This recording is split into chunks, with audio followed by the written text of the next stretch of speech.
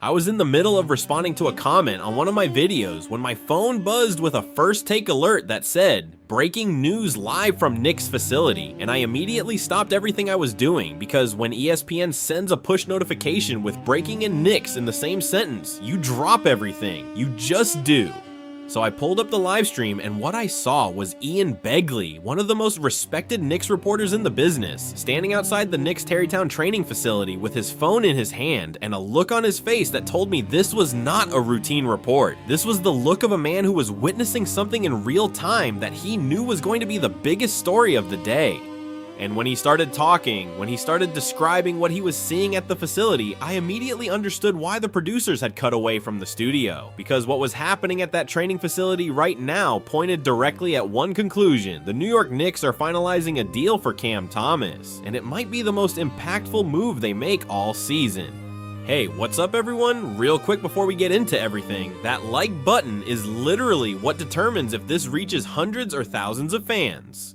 Takes 1 second, but makes a huge impact on the channel's growth. Just smash that like button right now. It's the easiest thing you can do, but honestly, the biggest way to support this content. Every single like pushes this further, so hit it now. Begley was methodical in his report, which is why it was so compelling. He didn't speculate wildly, he didn't make claims he couldn't support. He simply described what he observed and let the audience draw the obvious conclusions. He said he had been at the Tarrytown facility since early morning, normal off-season activity, coaches in meetings, training staff working with players, the usual rhythm of a team in the final week of the regular season, but then things changed. He said approximately 30 minutes before the live feed, there was a noticeable shift in the energy at the facility. Additional vehicles arrived, not player vehicles, vehicles associated with agents and management representatives. He saw people he didn't recognize entering through executive entrances. He said the front office area of the building, which normally has a steady but calm flow of activity, suddenly became a hub of rapid movement. People were going in and out of offices at a pace that suggested urgency. Doors were being closed for private meetings, and when he reached out to his contacts, the people who normally give him guidance and context on what's happening within the organization, he was met with complete silence. No responses, no callbacks, no off-the-record hints, nothing. And Begley said, with the quiet confidence of a reporter who has covered the Knicks for years and knows exactly what organizational silence means. When the Knicks front office goes completely dark on me, it means something significant is being finalized. I've seen this pattern before major trades. I've seen it before major signings. And everything I'm seeing today, the vehicle activity, the agent presence, the closed door meetings, the information lockdown, is consistent with the Knicks completing a major player acquisition. The name that keeps coming up in my conversations with league sources over the past several days is Cam Thomas. And based on what I'm witnessing right now, I believe this deal could be completed within hours. The studio reaction was immediate and divided. Stephen A.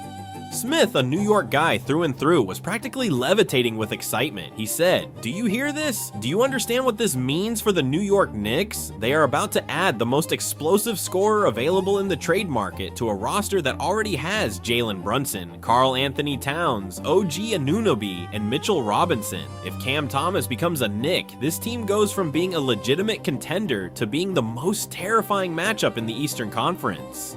Because now you've got Brunson creating for everybody, Towns dominating inside, OG locking up on defense, and Thomas coming in off the bench like a flamethrower, dropping 20 points in 15 minutes and single-handedly turning a 5-point deficit into a 10-point lead. That's a championship rotation. That's a finals rotation, and Leon Rose would be pulling off one of the smartest moves of his entire career. Shannon was intrigued but had concerns. He said, "I love Cam Thomas's scoring ability. I've always loved it, but the Knicks have built their identity on something specific. Toughness, unselfishness, defensive intensity, playing the right way. Karl Anthony Towns just got done telling the world that this team needs to be playing playoff basketball with discipline and execution." And then you're going to add Cam Thomas, a player who has been described as a ball stopper, a volume shooter, a player who takes difficult shots instead of making the simple play. I'm not saying it can't work. I'm saying you better be damn sure that Mike Brown has a plan for how to use Thomas without disrupting everything that makes this Knicks team special. The East 10. And that debate, that tension between scoring upside and systemic fit, is the crux of this entire discussion. So let me give you my comprehensive analysis of how Thomas fits with the Knicks, because I've been thinking about this from every angle since Begley's report.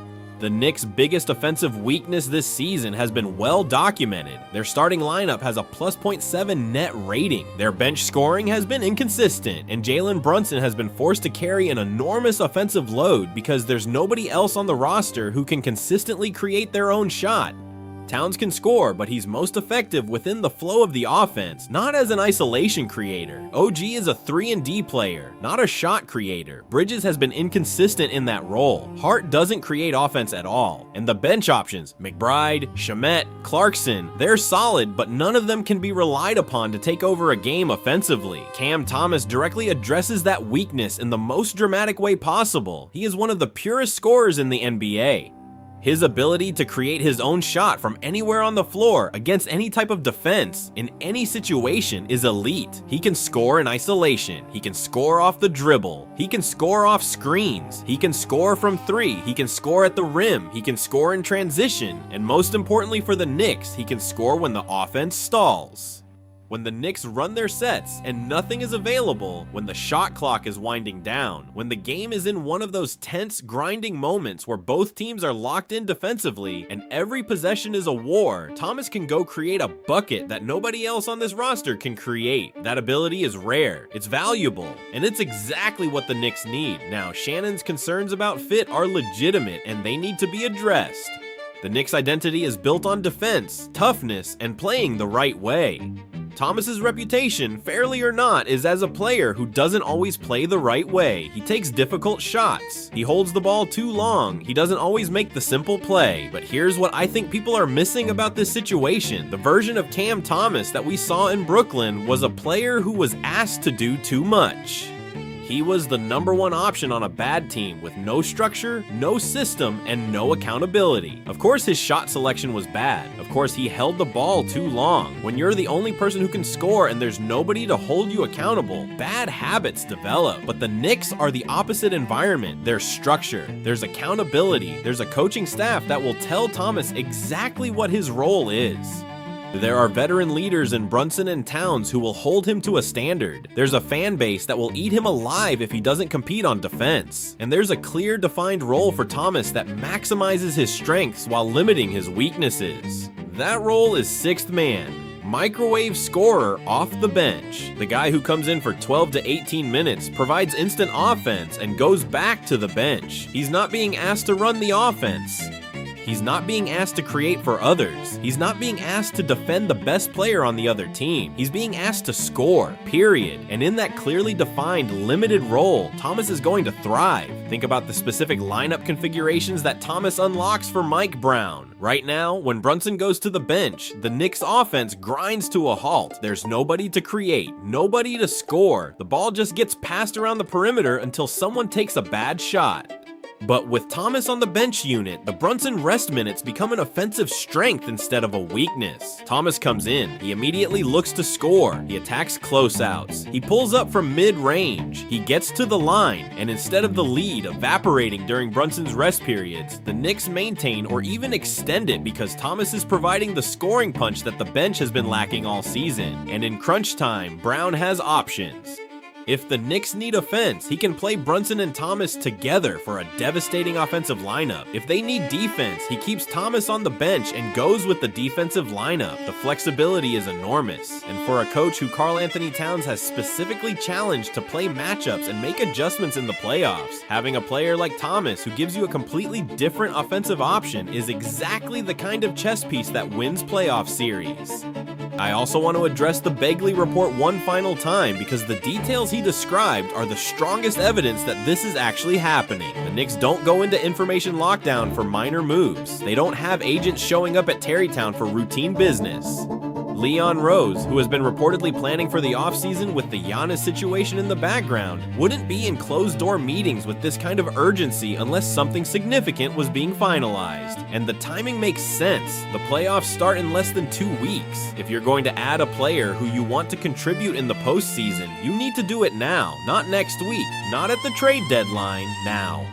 so that the player has time to learn the system, build chemistry, and be ready when the real games begin. So here's my final verdict. Cam Thomas to the New York Knicks is a calculated risk with enormous upside. The scoring need is real, the fit in a sixth-man role is clear, the environment in New York with its accountability and its defensive culture is the best possible setting for Thomas to channel his scoring talent into winning basketball. And based on everything Begley is reporting from Terrytown, it's happening right now. Knicks fans, this could be the move that puts you over the top. The move that gives you the scoring punch off the bench that you've been lacking all season. The move that makes opposing coaches lose sleep trying to figure out how to contain Brunson and Towns and OG and Thomas all in the same game. Subscribe, comment, stay locked in. Because by the time you finish watching this video, there might already be an official announcement, and you do not want to miss it.